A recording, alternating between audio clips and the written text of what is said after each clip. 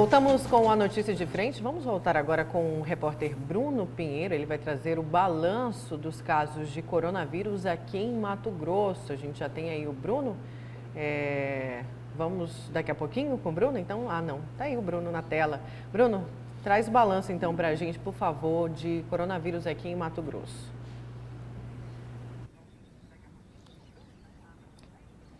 Nós voltamos a falar ao vivo sobre esses números, já ultrapassa a casa de 300. São 302 confirmados, são 300 pessoas com o novo coronavírus em todo o Mato Grosso. A informação ainda é que são 16 pessoas internadas, são 10 pessoas em UTI intensiva e são 6 pessoas em enfermarias. Um pouco mais desse número de recuperados, nós acompanhamos também que são 11 óbitos e uma outra informação que vale ressaltar, o número de recuperados. É um número que chama atenção, nós sempre estamos falando de pessoas que estão contaminadas, mas o número de recuperados são 182. 182 recuperados e 16 estão internados em UTIs intensivas. Esse número ainda, um pouco mais de 90 estão em isolamento domiciliar. São pessoas que tiveram algum sintoma, que acabaram sentindo que são os sintomas da Covid-19 e estão em suas residências.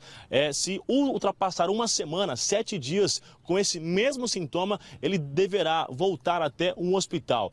Desde o início, a recomendação é que, se sentir algum sintoma da Covid-19, é importante ficar em casa, já que não existe nenhum medicamento. Após isso, se continuar há mais de uma semana, aí sim deve recorrer até uma unidade hospitalar. Então, um pouco mais de 90 estão em suas residências. Esse número é de todo o estado de Mato Grosso. E o número que a gente sempre está falando é que, somando, um pouco mais de 56% já sentiram o sintoma e já conseguiram se recuperar. É um saldo muito positivo.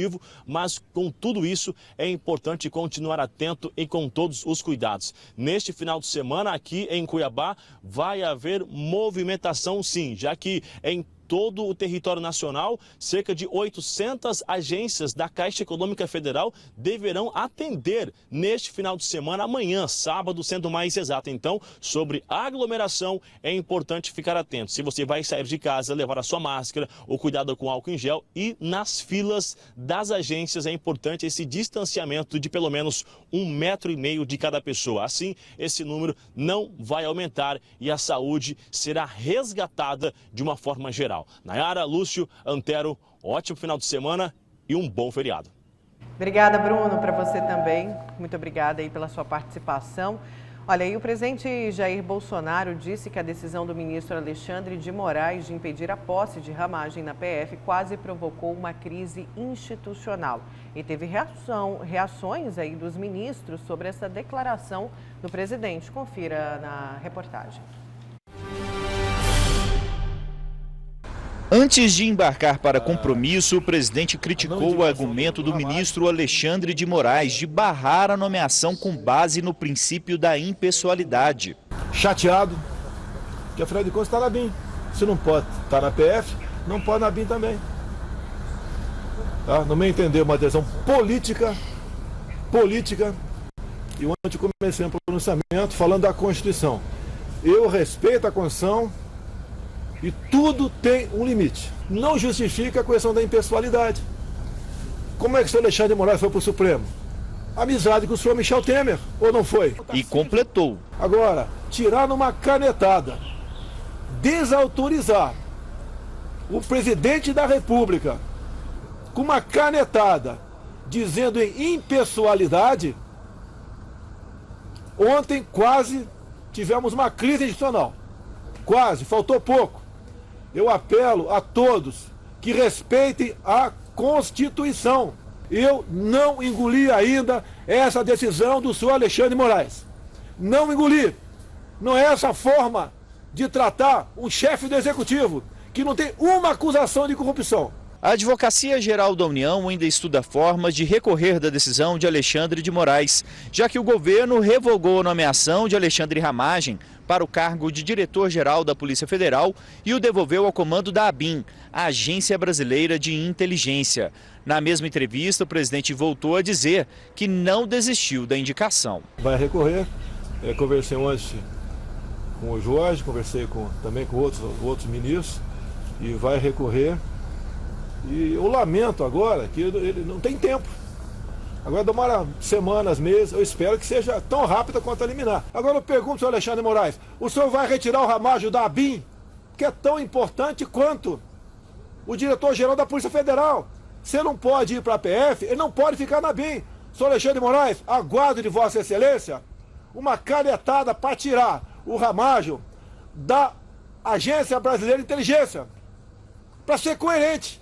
O presidente levantou a possibilidade de indicar outro delegado para o cargo. Então nós estamos discutindo aí um novo nome, a nova composição, para a gente fazer com que a Polícia Federal realmente agora tenha isenção e ajude o Brasil com o trabalho que ela sempre fez desde a sua existência. Então a questão é essa no momento.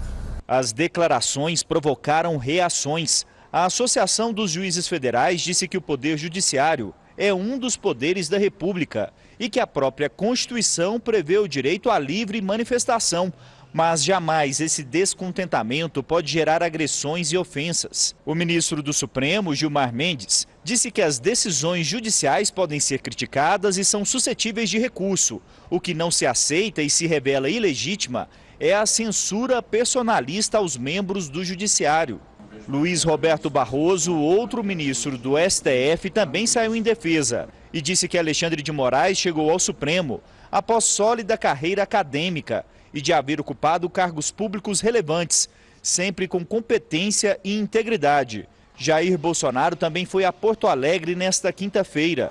Visitou o Centro de Operação de Combate ao Covid-19 e acompanhou a troca de comando militar do Sul.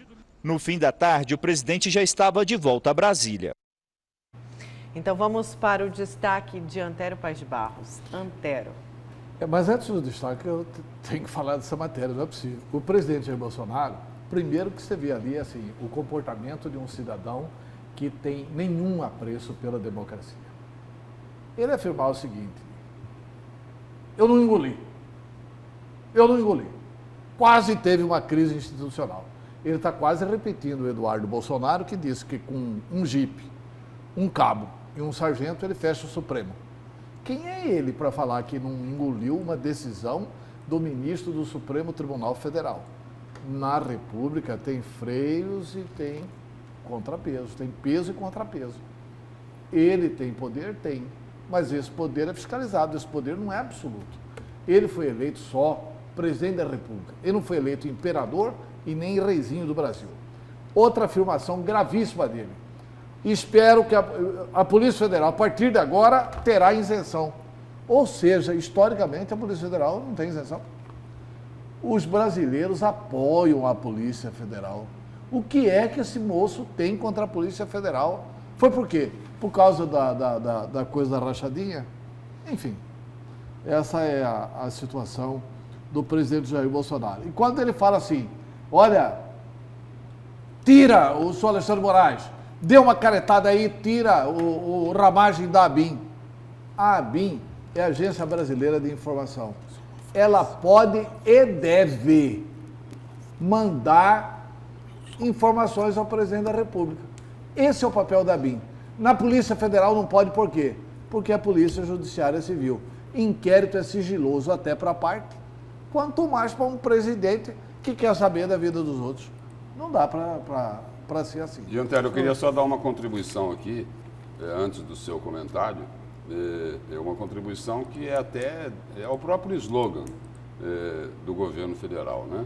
Do presidente Jair Bolsonaro, que é assim: Brasil acima de tudo, Deus acima de todos, ninguém está acima da lei. Só dizendo o seguinte, agora vindo para o destaque... Só os ministros. Vai, Antero. Não, Nayara, meu Deus, a Constituição... Não, é que eu não sim. posso concordar com isso. Só os ministros, não. Os ministros têm o dever constitucional de analisar a Constituição. Só isso. Quem interpreta a Constituição não é o Bolsonaro, não são as Forças Armadas. quem interpreta a Constituição são os ministros do Supremo Tribunal Federal. É só isso, é apenas isso, e é apenas isso que ele não quer respeitar. Vamos lá. O Brasil está vivendo um problema seríssimo da questão do Covid-19. Hoje nós vamos passar de 6 mil.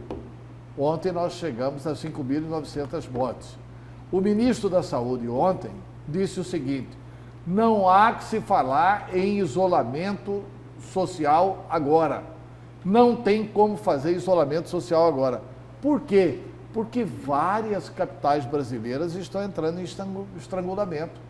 Maranhão, a cidade de São Luís, a capital, e mais a região metropolitana, ela entrou agora em lockdown completo. Só as pessoas do serviço essencial é que vão poder sair de casa. Vai ser um lockdown completo. Situação de Pernambuco é grave, situação do Ceará é grave, situação do Amazonas é gravíssima, situação do Pará é grave. E ontem o presidente Trump disse o seguinte: olha, a situação do Brasil é muito grave. E ontem um organismo lá da Inglaterra, o Special College...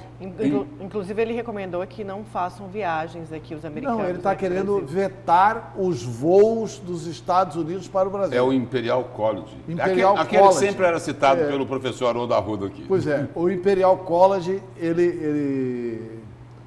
ele publica ontem que o Brasil é o pior país do mundo no enfrentamento do coronavírus. O Brasil está pior que a Nicarágua porque é mais populoso.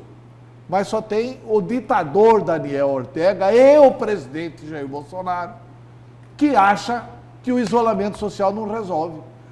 Boris Johnson e Donald Trump disseram ontem: não tem remédio para isso. Vocês prestaram atenção que Bolsonaro parou de receitar a cloroquina?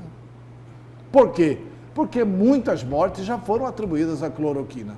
Não, e muitas pessoas que morreram usaram. Usaram a cloroquina. Então, assim,